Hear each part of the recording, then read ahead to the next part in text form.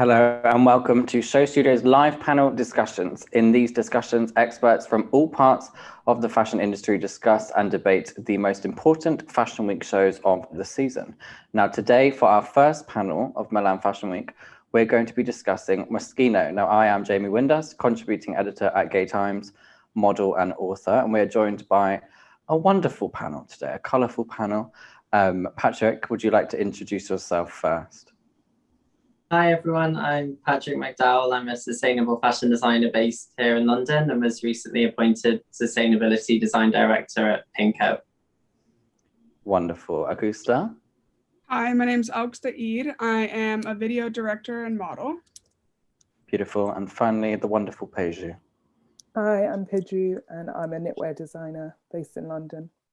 Thank you so much for joining me today. Now, we are going to be discussing Moschino, which I think in the realm of fashion has a name for itself, has a reputation. Their film Jungle Red debuted this afternoon. Initially, how do we feel with the video format? Obviously, there's not a huge way of escaping fashion presentations in the age of the pandemic. But initially, what kind of springs to mind when you think of, okay, I'm going to sit down and watch a nice little fashion film?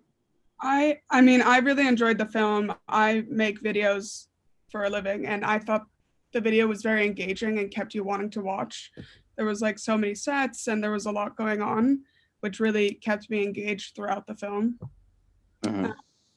I agree. I feel like, Jeremy Scott's quite known for his exaggerative shows, and I feel like it was fun to watch. It put a smile on my face anyway. Yeah, I think the comedic aspect of it was entertaining, and I also quite liked the fact that there was quite a lot of scenes where you could really see the clothes, because sometimes in fashion videos you can't always. Obviously, as a designer, I love to see those details, so that was really great. Yeah, no, definitely. My eye was immediately drawn in by Dita Von Teese, and then I spent about, I'd say, a solid rest of the video trying to work out if that was Hailey Bieber or if I'm just too old to recognize whether or not that is Hailey Bieber now.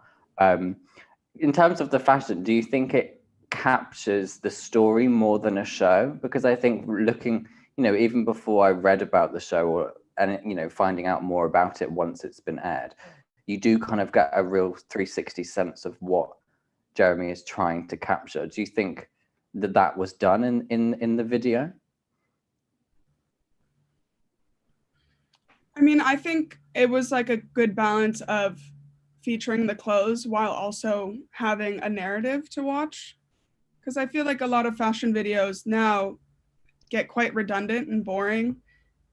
And this was kind of a different take, I feel like, on making a fashion video or a show. Yeah, definitely. I feel like there were so many different scenes as well. It's like, is it a debutante? Is it a puppet show? Is it a beauty pageant? I definitely feel like it kept me engaged. I definitely feel like I was more engaged in the theme than the clothes at some point. But I do feel like that is a bit of, Moschino. Yeah, I think it's interesting as I find fashion show clothes interesting in general, because it's almost like somehow people have. I mean, it's rare that the show samples are actually produced on the racks in the stores anyway, and the showroom samples are often different to the show samples. So I think he's had quite a lot of fun with this, and I think possibly maybe it's even more of a joke that some of the clothes shapes are somehow basic. Yeah, I mean, speaking of his fun, like I've as a young gay, as it were, I was always drawn to his attitude to taking the piss. And I think, there have been iconic moments within his history of him taking the piss and it really landing. Do you think, I guess my feeling towards when I was watching it is not that I know what I'm going to get, but it needs to really go above and beyond. And I think previous collections of his have almost missed the mark in terms of really hitting that satirical, like funny moment. Do you think that there is a space for this kind of continued satire of the industry whilst being in it, like the also almost inception of it? Do you think you are able to disrupt an industry whilst existing very firmly within it? I mean, I suppose that's the wider question in terms of kind of those authentic narratives now that I think people really like to see, is that perhaps before it was enough to, I mean, the Balenciaga show where they're kind of talking about the world ending is a great example, because you discuss the end of the world through overconsumption while still producing, and that's kind of like an artistic take on it. So it is interesting, for example, what we can see on the screen now, the potato stack bags. It would be fascinating to know, I mean, I might have just missed this, but are they actually made from old potato sacks, or is it like imitation sacks, you know? And I think sometimes you can, in fashion, it sometimes does sit on the surface, sometimes, which is also why it can be quite refreshing. But I think now, certainly from me anyway, it's always nice if those levels penetrate all the way through the fashion business and not just in the visual identity of the brand. Yeah, 100%. Peju, what are you thinking? I feel like, there'll always be room for satire within fashion, because, you know, fashion, it's never ending. There's always something to talk about. I feel like, this is kind of I'm brought back to like nostalgic old Hollywood glamour. I feel like there's always a cool message when it comes to Jeremy Scott's work. So I feel like, yes, to be honest, he can go on and continue, but there has to be a point where he's talking about more and more things, I suppose, more meaningful things. Yeah, I think for me, that's where the message kind of sometimes feels a bit vacant, is if there is an attempt at trying to create a strong message without any of the brand or person's history of championing that message. And I think, you know, in his shows, he does, I'm going to look at the casting. So if you look at the section where we went to the safari, for example, like we're looking at Hollywood glamour, we're looking at, you know, affluent women. And then suddenly what pricked my ears up was, you know, we're talking about the safari collection. Suddenly then he decides to cast all his women of color. And I don't know if that's just me living in my disgusting liberal bubble, but I was just like, this feels A, quite obvious, and B, quite bizarre. And again, at the end with the plus size Black woman, it's like, again, showing my age, I'm sure she's famous for something. I'm unaware. It's like, it just, I don't know, it just, did anyone else find it feel tokenistic in its casting approach, or were you happy with it? No, 100%. That was like my first thought when the safari part came up. I was like, interesting choice to just use Black models here. And then it was Taylor Hale, and she was like a voyeur. Like, I just thought it was quite strange and very tokenistic, especially with Precious, the plus size model. Mm-hmm. Yeah, I don't think anything was done by accident. So it was definitely thought about. I do feel like it was a bit, I don't even know how to really describe it. I don't know if much thought had got into it. Like, I don't know if there's like a deeper message that he's trying to portray through that, but definitely a hint of tokenism there. Because I think as well, it kind of sometimes, like you say, with that deeper message, because the whole thing is set in a time, or the narrative of the piece is about like a working woman, you know, a socialite's day. It's like, what are you trying to say? You know, if you're trying to encapsulate an era, you really have to either be very modern with your casting, especially if you're going back to, you know, the 1920s when this is trying to be of that era. You either need to really celebrate that era of time or completely flip it on its head. And I feel like it did neither, really. One piece that stood out to me was with the kind of, I feel like it's very American, but the antenna, the kind of signal antennas on the head with the sky. Do you think that there is a moment with this collection where it almost is wearable, or do you care about wearability? Patrick, as a designer, do you care about whether or not your collections are actually able to be worn. I mean, I know I've worn your clothes, and I would wear them in a heartbeat, but I don't. We both don't really care if it's appropriate to wear things out in public. Yeah, I mean, that's always kind of one of the like contesting things, isn't it? As a designer, it's like, when do you stop? Although I think there is an argument that I think runway clothes and clothes people wear in real life are actually separate things, and it's whether you're doing like a fashion show or whether you're creating like a lifestyle brand as well. I think the shapes here are very kind of, like I said, almost simple, but there's something quite, I don't necessarily mind it. I'm not saying that like everything is stuff you'd wear out, and obviously I, as you can probably tell, don't, like you said, don't wear things maybe that other people would wear, but I think let's not forget the point of the show is to like sell the brand. So I think why not go all out. I did particularly love the cow print. It's just so, I mean, it's silly, but so kind of Sound of Music almost. Yeah, I think I love the silly of the kind of handbag, purse, knee-high boots. It took me a second to realize what I was looking at, and I was like, hold on, that's a purse on a thigh, basically. Not sure why they put her in a snapback, but I'll forget that momentarily. What was your kind of favorite fun moment? What struck out to you as this is just fucking fun? I mean, I loved when the prairie dress came out. That was like it was just such a beautiful moment, and it was really fun also. Mm-hmm. And the cow print I really loved. And then that pink look, I really like the clutch look in the end. That snapback is literally the worst thing I've ever seen in my entire life. It put me off so much. I was like, why is she wearing this? Yes. But like, if you just take off the snapback, I would have loved this entire look. Right. I really liked the evening gown that was at the silver glittery one with the sort of glove sash. Yeah. Yeah. I just thought that was so random. Did we appreciate Dita Von Teeser's arse? Was it necessary? I thought it was like a little kitschy fun moment to end the film. I mean, yeah.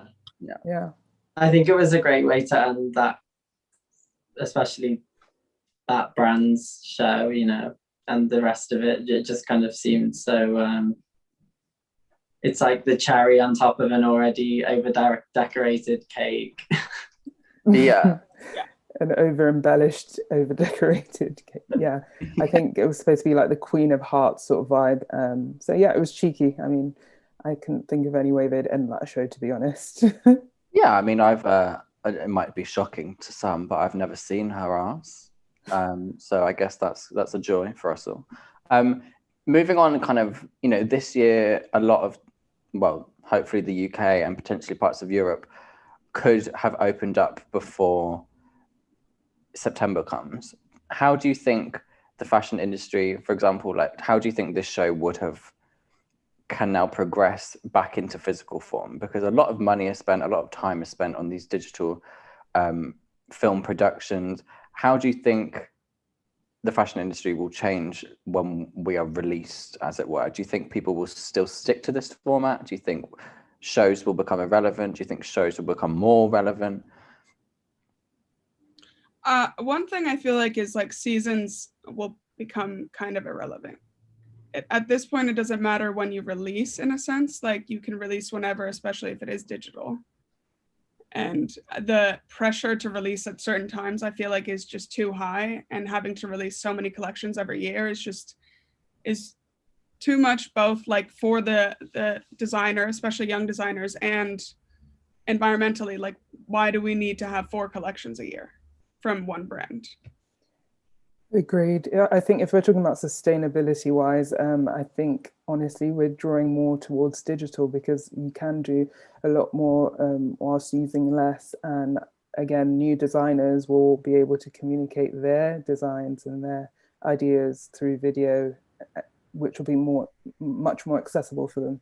So I think it'll be interesting to see. Loads of designers I've seen have had a lot of fun with their shows. So I can see this being a permanent fixture.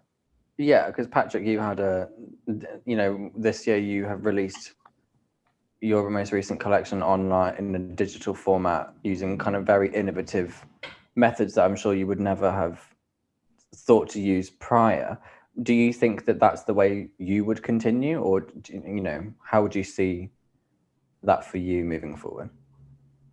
Yeah, I mean, it was interesting with that because we didn't just do a digital show in this sense that the clothes are actually digital as well, so that everything was kind of generated inside a computer. And I personally feel like the fashion industry wasn't really ready for that. Like, I think that they need a bit more time. I mean, I fully believe in the next decade we'll all be kind of presenting ourselves wearing digital garments and certainly trying things digitally before we buy them in the physical sense. I did find it really interesting, but I did find myself missing that kind of real kind of fabric and craft of things. Although there is a certain level of craft in digital design too, it's just a different type. So I think probably we'll start to see some kind of like fusion of the two, perhaps. Like there'll be some kind of physical thing that's also linked to some kind of digital version of a show. But I definitely think as a young designer, it was fascinating to be able to kind of present something in a way that you really truly wanted to, without it kind of being given the cheap space at Fashion Week, or or having to like take out a ginormous loan to put on a fashion show or something. So it was I think it's been really interesting, and I really like the point about not necessarily showing in season, because I think also there's so many designers now, there's not really any reason why department stores, etc., if you are relying on a wholesale system, can't kind of order things as and when they're shown. You definitely still have a full store. I mean, I'm at the moment producing a physical version of the Catholic show that was digital, and it does take up a lot of space mentally to do, and I only kind of do it once a year, so I really don't know how people manage it that do kind of 6 collections a year, because it's really tiring, and obviously the more people that are involved, the kind of more tiring it is, perhaps, because although you're doing less physically, you do have more people to kind of bounce things off. So I think it's really fascinating. I mean, I personally hope that people go a bit more out there now when they come out of the pandemic, and it has some similarities to kind of like the 1920s, in a sense that people will want to dress up more. I mean, I certainly do. Well, yeah, and I think as well with, like you say, with doing 6 collections a year, with brands like Moschino, with houses that have the resources to be able to push out six collections, for independent designers who want to get into that industry, or people who are, are just starting out, it puts a huge amount of unnecessary pressure and unsustainable pressure on them to think that they have to be in this rat race. That's the one thing I hate about the industry, is that it is seen as this rat race, and everyone always is like, oh, are the stereotypes about the fashion industry true? And it's like, well, unfortunately, yes, they are.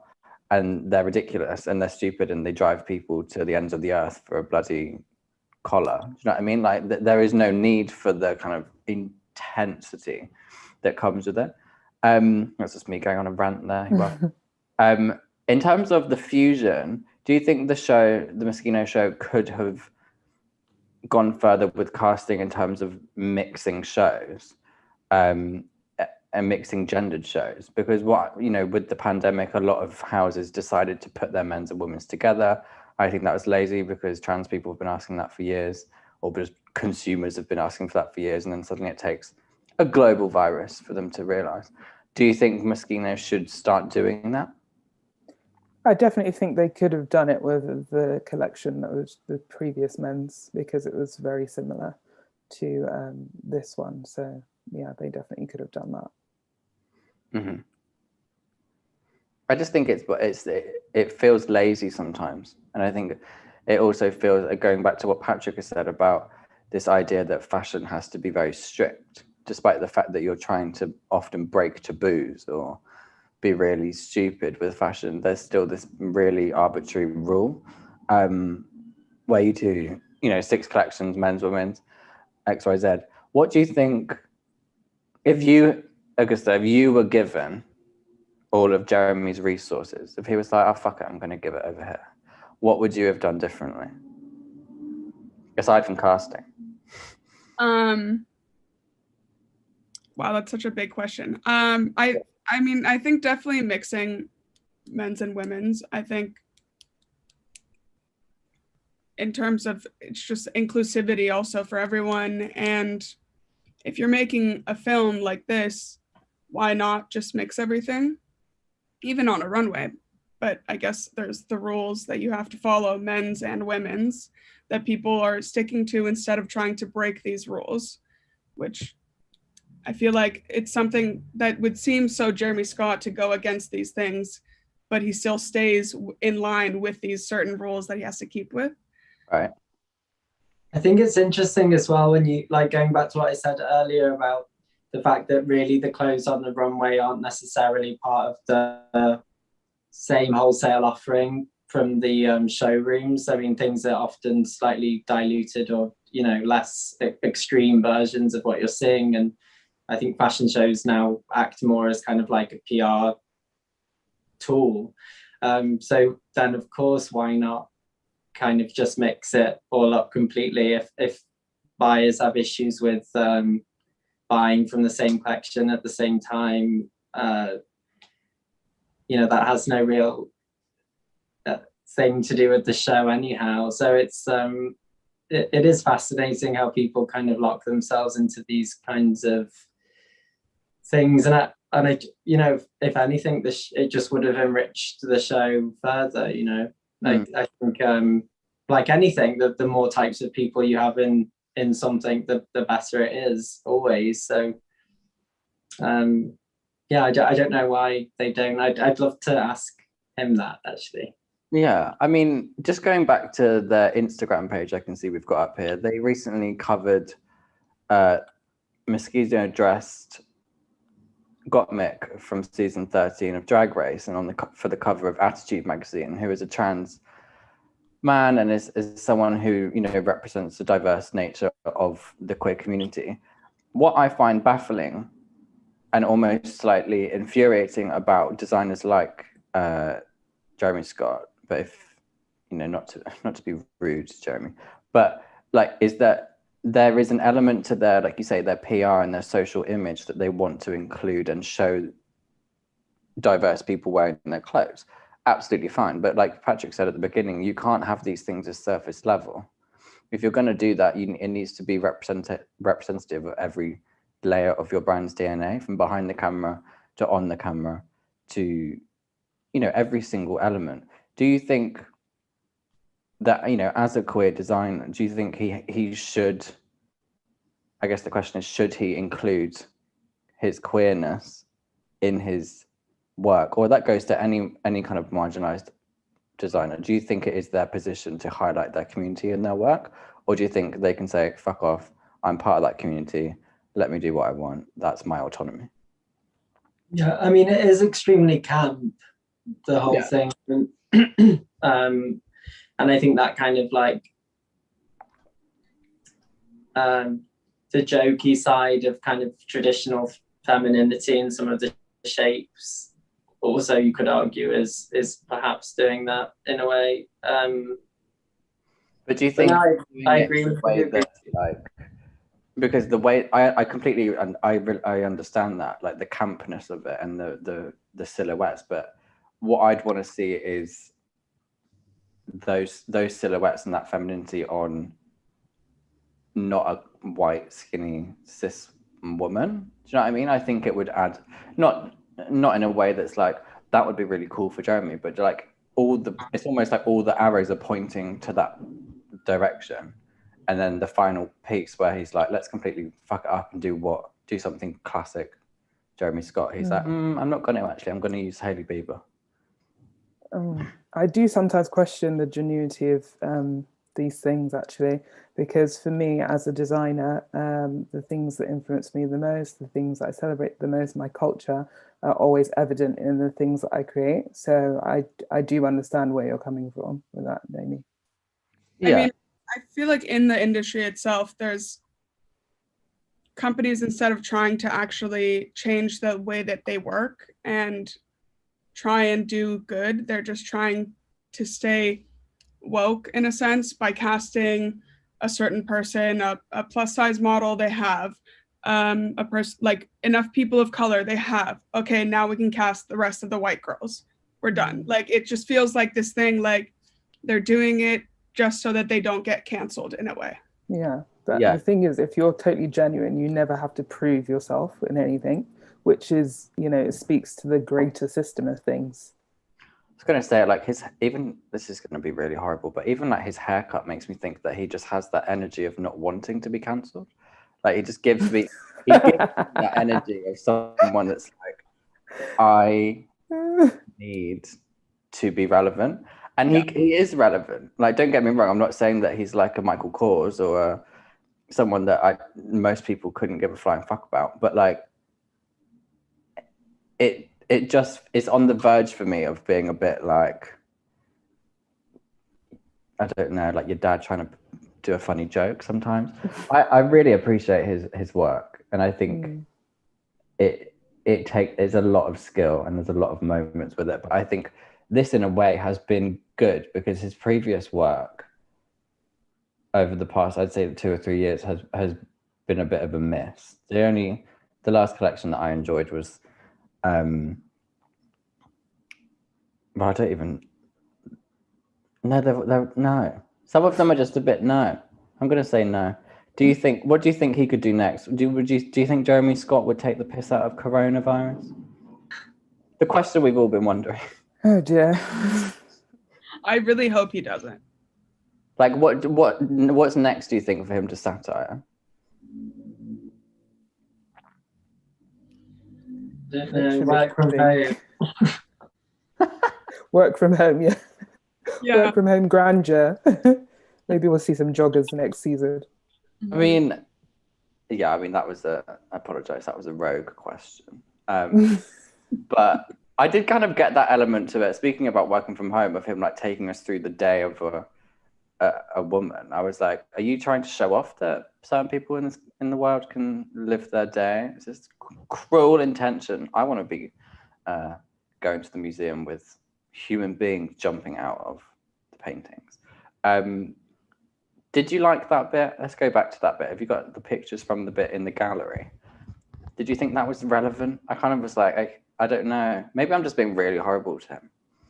I think they've done that before, though, haven't they? The paint strokes on the clothes. I think it's referencing an earlier collection. Yeah, they did it, I think, fall 2020. They did like a Picasso-inspired show that was like all brushstrokes and paintings. Yeah. See, this is why you 3 all fully work in fashion, and I just show up with a face on and cross my fingers. I'll tell you the one collection that I always think of as his is the one with the tape where he's trying to dress them up as dolls. Yeah. That's the one where I was like, okay, I feel like this is going downhill now. The pill one, the one where it's like pills. Fine. Sure, Jeremy. Rock and roll. What do you think? Do you think anyone is threatened by him anymore? Because I remember a point in time where it being like, fuck, have you seen that McDonald's bag that looks like Moschino? Do you think anyone is like threatened, I guess, if that's the right word? I mean, I personally find it, I don't know if it's threatening, but I'm Northern, so this kind of like humor is what I grew up with in a way. So I really appreciate it. And I personally find the whole kind of like, in quotes intellectual fashion, which what even is that anyway, because it's still clothes, kind of incredibly boring. And I have no interest really in looking like I've wrapped myself in a leather hide that's of the softest nature, you know. It's so in some ways I think it's quite amusing, especially if you think of it like it is kind of like a big player at one of the major fashion weeks, especially Milan, where perhaps things are usually so focused on craft. And I think here you've got a collection of garments which are kind of really well made, but they're kind of done in this really kind of humorous way, which kind of throws it off. And I think as well, there was lots of references back to like the history of the house, which is, I personally quite like. Which Jamie missed that. Do you think, I'll go to you, Agusta, do you think, looking at, you know, like Patrick has said, with, you know, this is coming in Milan, you know, quite a, I wouldn't say serious, but, you know, it has a very specific tone to it. It's Fashion Week. Do you think there's anyone in London that is doing anything like this, or any other designers around the world? Because as Patrick says, there is, you know, this is one of the big shows of Milan Fashion Week. If you look at the kind of London schedule, I personally couldn't think of any like big names on that in the week that would do something as kind of outrageous as this. It's normally kind of the smaller designers like Art School, like Charles Jeffrey, that will kind of do something outrageously fun and fully fledged. Yeah, do you think there's anyone else that does this essentially? I mean, there's definitely designers that could, but I feel like they're not having fun in a sense. Like Jeremy Scott is just having fun. And a lot of other designers are just very like to keep it more serious. Obviously it is their livelihood, but you can have fun in your livelihood in a sense. And I feel like a lot of people just don't know how to have fun within their work, and it kind of shows sometimes. So yeah, no, you can carry on. No, yeah, I mean, Peju, do you think, you know, as a designer, as you said, you use your kind of culture and your identity through your work. Do you think that there is a space to do that and have fun? Because I think a lot of the time people think, you know, from my experience in the queer world, that if you're using your identity in a story, it has to be traumatic or it has to be sad. Do you think that more people should use their culture and identity in a way that shows the joy of that space? 100%, definitely. I think it's easier to do so because it's something that would, you know, be natural. So yeah, I definitely agree. Yeah, because like you say, Agusta, there is a moment where lots of brands in London specifically could do this, but I think what stops them is the commercial aspect, maybe the fear of the past 12 months. You know, they might be in financial difficulties. They want to make something that is going to sell, and people don't want to be taking risks. But I think if you take a risk, it pays off as long as the ethos of that risk is authentic.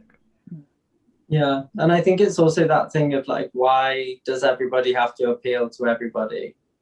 Because it's, you know, I am fully aware that I definitely don't, but I hope that the people I do appeal to, I really appeal to.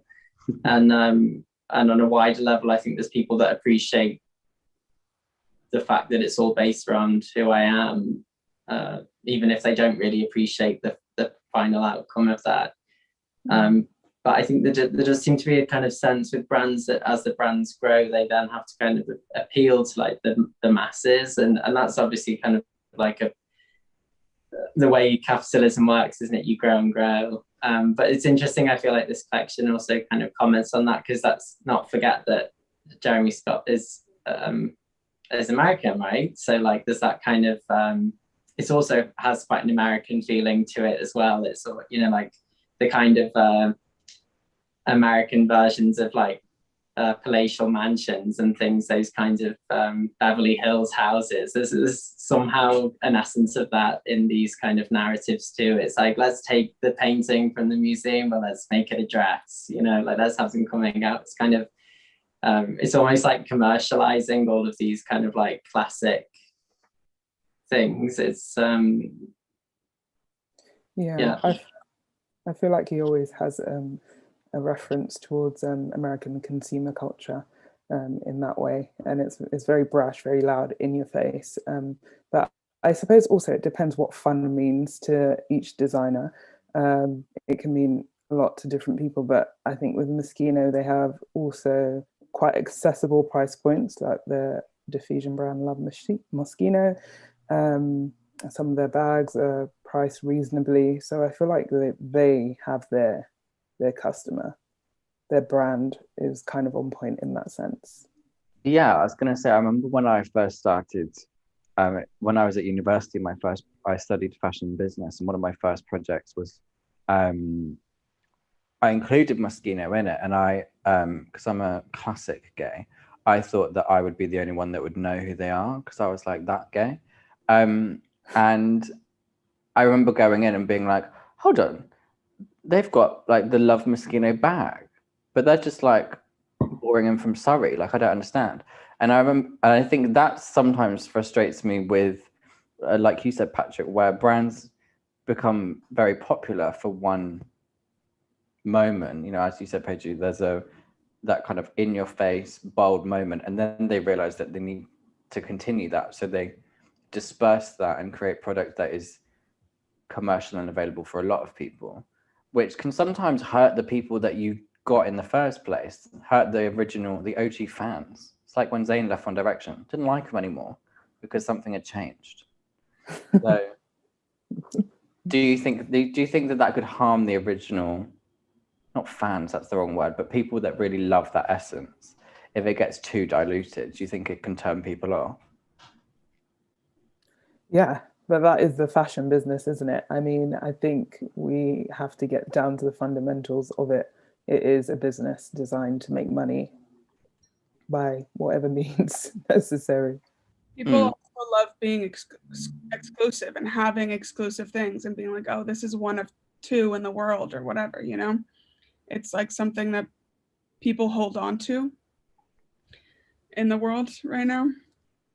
And yeah, I think there's definitely a moment for fashion having that kind of collectability around it, that kind of, like you say, Agusta, that like, I've got this, there's only 5 or so of these in the world. But I think that in a way that's why I love independent designers, is because there are moments where they don't, their creations are very small and far and few between, and they're not mass market, and the essence of those products is still really there.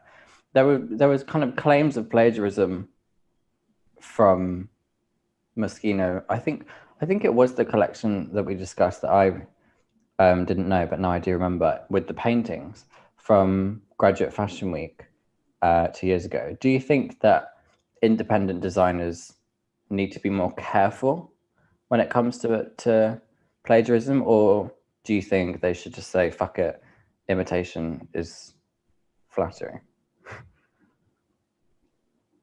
Patrick. It's actually happened to me in the past where people have mentioned it, that things that I've done look similar to, a few different people. And it's difficult sometimes, especially if you're making things kind of based off like for me personally, I always base things off images of my family history, or my history, even though it's not that long. And there is that kind of thing of like that there is certain things that do get repeated a lot. So like, for example, you could look at the Moschino show and think that, oh, they copied the Chanel jacket because it's the same shape, but who hasn't? And then also, is that really like a fashion design piece, or is it more of like ingrained in history piece? And then is it okay? I think and then it's also that kind of confusing thing with clothes a lot of the time, where their inspiration is often other clothes. And something I've noticed, the more you speed up, the less time you have to kind of check these things. And then before you know it, you're kind of doing whole collections in like one day, because then you've got to do all the other things, because designing is actually like this much of a pie that's that big. So yeah, I find it, I mean, personally, I don't mind if somebody wanted to copy everything I've ever done. I'd be flattered. Thank you.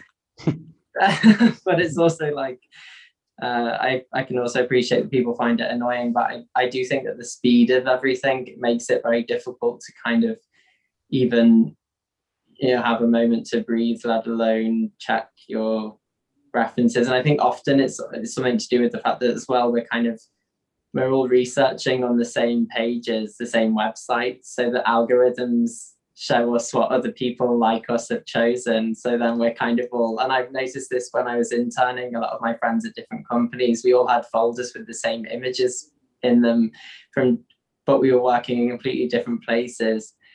So it's, you know, if you've got to present 600 research images in 2 hours, you don't really have time to be checking where they came from. So inevitably, some of them are from Zara and some of them are from like Elsa Schiaparelli in like the early, you know, 1900s or whatever. So it's, yeah, I think it's a hard one. I mean, I personally just think make something that you like, and then if no one else agrees with you, then they can go and buy something else. Very true. I mean, Yeah. It's WGSN's fault. Let's just there we go. I mean, there's nothing really new under the sun if we really think about it. Fashion repeats itself in cycles, trends repeat themselves, silhouettes and patterns, prints, all sorts of things. I think there is a clear line between downright copying something and being inspired by something. But yeah, more, I guess, you know, more and more this continues to happen, and now it's happening within the small businesses as well, which is quite disappointing, because to me, if you're starting off as a designer and you're copying a small designer, doesn't really, it's just like, what's the process of innovation? I think that's lacking sometimes. So yeah, it's quite interesting. Yeah, no, absolutely. And I think just to kind of, I guess if Jeremy was, if you were a teacher, okay, and Jeremy was your pupil, to end, what would you write on his report card for today, Agusta? Oh my god. Okay, let's start with an out of 10. Out of 10, what are you saying? Out of 10, maybe like a 7. Okay, and what could he try harder at? Inclusivity. Great. And what has he done well? Colors.